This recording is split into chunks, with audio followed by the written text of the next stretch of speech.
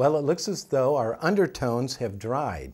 So now we're going to put the next layer of color on our pears. So what we're going to do now is wet our pear again with clear water.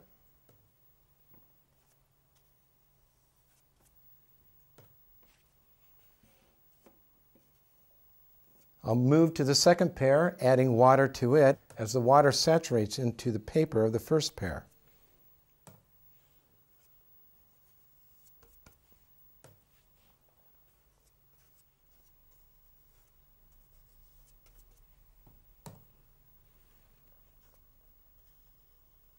Now all of the pears are wetted again. I don't want the pears to be flooded with water because the pigment that I put on now would disperse too quickly. So it's just beginning to dry. It's not perfectly dry, but I'm beginning to see the texture of the paper show up through the water. So this is the perfect time to begin adding in these beautiful brown tones that are in our reference photo. So let's start with some burnt sienna and some burnt umber. Oh yes. There's nothing like seeing these beautiful colors as they touch the paper. You notice that I'm careful about where I go to the edge. I'm leaving this open over here. This edge I want strong and hard, but in order to have that light appear to wrap around our pears, we're going to have to let this area of the pear remain very similar to the background. This is how we're going to make the white of this paper look like sunlight. Now, to control this color, I've pinched this out so that it's damp, not real wet, to soften these tones here. Oh yes. Yes, that's beautiful. Can I do all three of these at once? That's a good question. Okay. Let's add color, burnt sienna, into our next pear.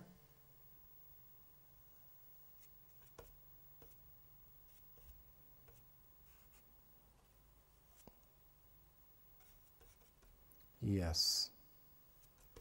Look how this is beginning to soften as that color bleeds into the paper. You can already see how it appears to be qualities of light coming into this beautiful little arrangement of pears. More burnt sienna.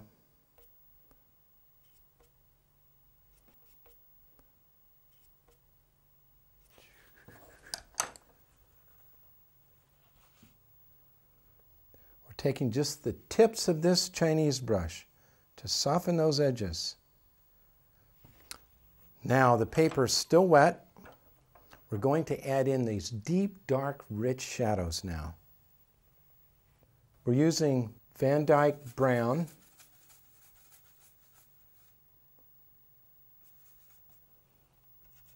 Yes, look at that. Look at these beautiful tones.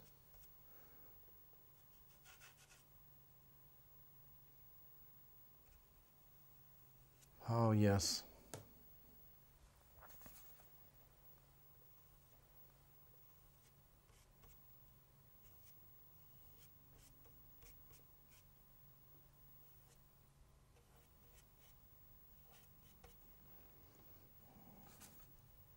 Naturally, our subjects will have darker colors toward the bottom because the light generally comes from the top.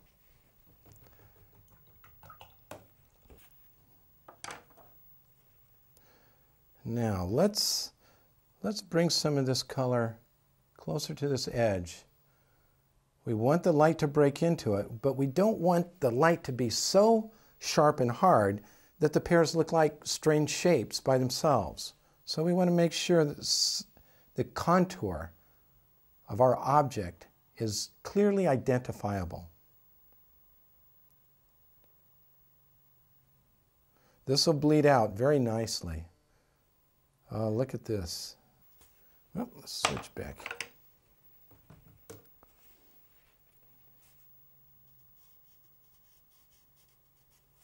See, this is starting to dry here, so we're losing our ability to create that beautiful wash effect. So we're adding a little more water into it. We'll add a little color up here to make sure the contour is identifiable. But still, we want the white to break into the shape of our pear. What we don't do in our paintings is often as important as what we do. So what we leave out can actually help enhance our picture. So that's why we've kept these areas open here.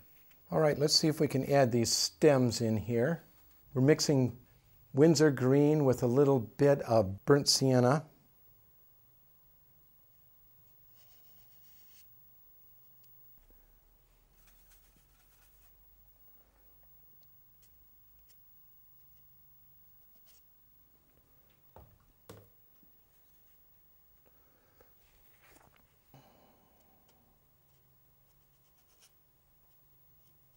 You know, I could use a smaller brush for this, but it's not necessary.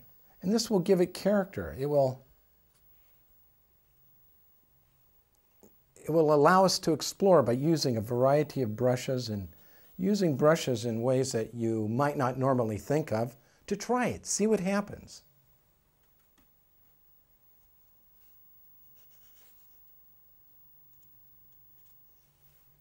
Let's let that dry now. Then we'll come back in and put this foreground windowsill in. Well, our 3 pears are adequately dry now, so let's begin painting the sill. Again, we're going to flood this area, the area under the pears, with water. I'm trying to be careful not to let the water run into the lower part of the sill. Now we'll let the water saturate into the paper so that it's, again, medium, you may say a medium degree of saturation. It's not flooded and it's not real dry. It's somewhere in between. That will help us control how much our pigment disperses underneath our pears when we add the shadows. Let's look at our pear photograph again. You notice it's not a very good photograph. It's a little bit blurry, but that's okay. We're seeking to capture the essence of our subject. Now, when we look at our subjects, what we're looking at is absorbing the whole image as a whole. We're noticing where the lights are, noticing where the shadows are, and we're taking particular care to really look at the quality of its contour, its shape, and the lights and darks. Notice on the sill here, there's hints of blue. Let's add in this beautiful cobalt turquoise.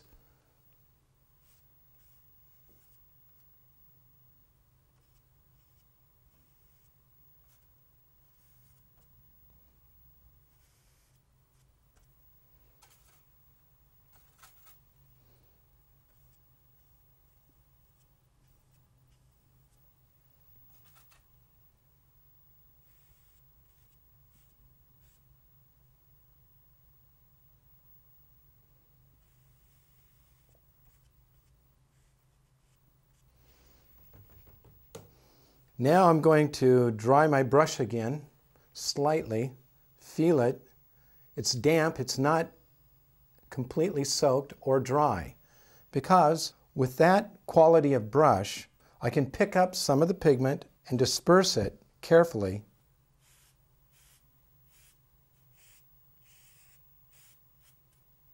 We're going to let this dry just for a moment, so that when we add in the dark shadows, it won't disperse very far, and it will stay more contained, and these lighter turquoise colors will glow around the edges of the shadow.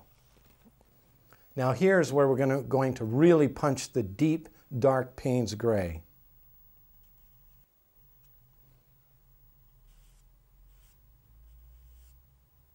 You will notice that the Payne's gray is dispersing, but not nearly as much as our turquoise.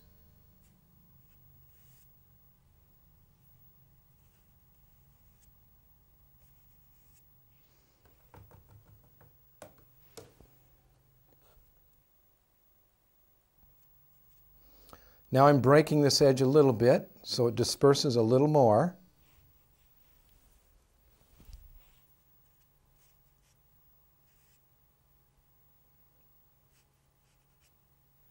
Now let's let that dry for a while, then we'll finish our painting. All right, let's go ahead and finish off this windowsill. We're adding a little bit of Payne's Gray and Cobalt Turquoise. And we'll use the wet on dry technique, which is we're painting with a wet brush onto dry paper. So we're not getting the distinctive bleeding that we've had before.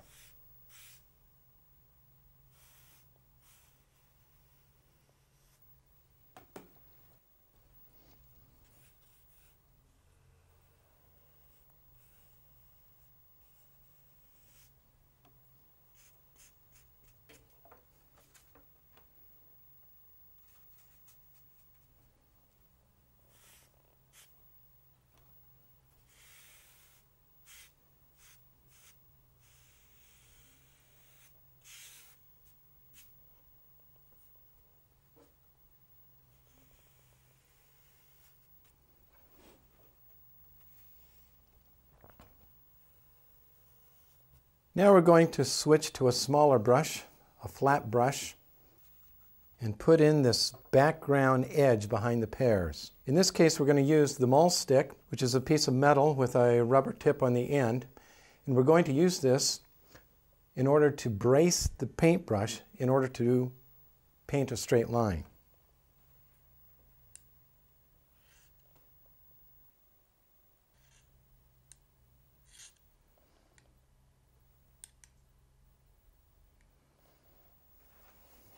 We're using a little bit of Payne's Gray here.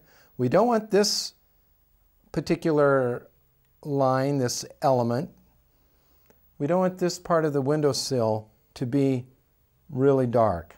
A medium to light tone will help create a sense of atmosphere. Now look at this for a moment and notice how by not applying too much paint and being sensitive to where the light envelops our pears, we've been able to sustain and create a quality of soft light enveloping our pears.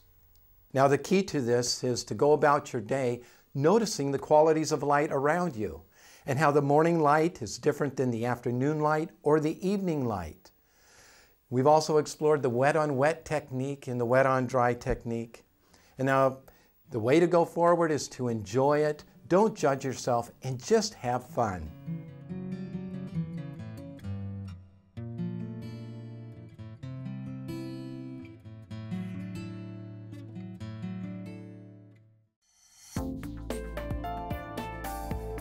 Now available to buy. Try these techniques at home whenever you wish. The extended DVD of today's workshop is now available from the Painting and Drawing channel.